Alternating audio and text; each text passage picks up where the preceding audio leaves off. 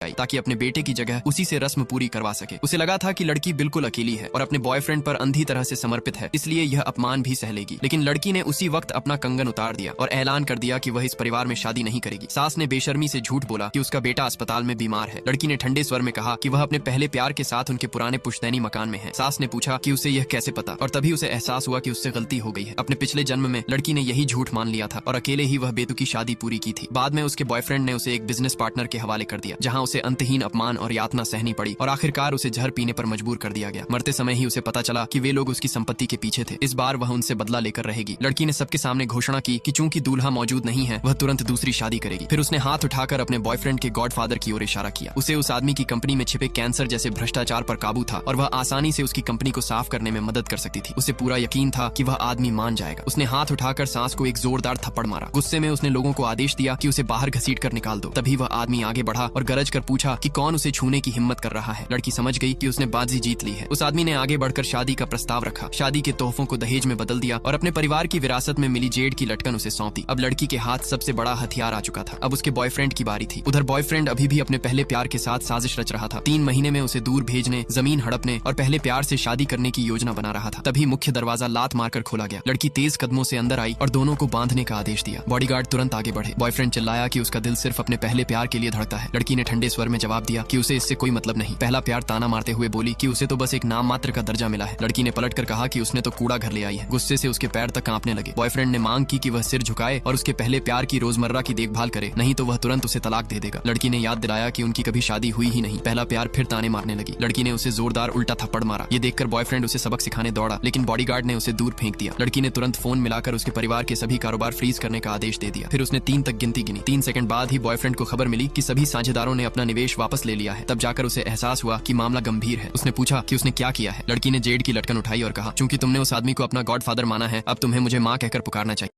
शादी के दिन उसकी सास सचमुच एक कुत्ता ले आई ताकि अपने बेटे की जगह उसी से रस्म पूरी करवा सके। उसे लगा था कि लड़की बिल्कुल अकेली है और अपने बॉयफ्रेंड पर अंधी तरह से समर्पित है, इसलिए यह अपमान भी सह लेगी। लेकिन लड़की ने उसी वक्त अपना कंगन उतार दिया और ऐलान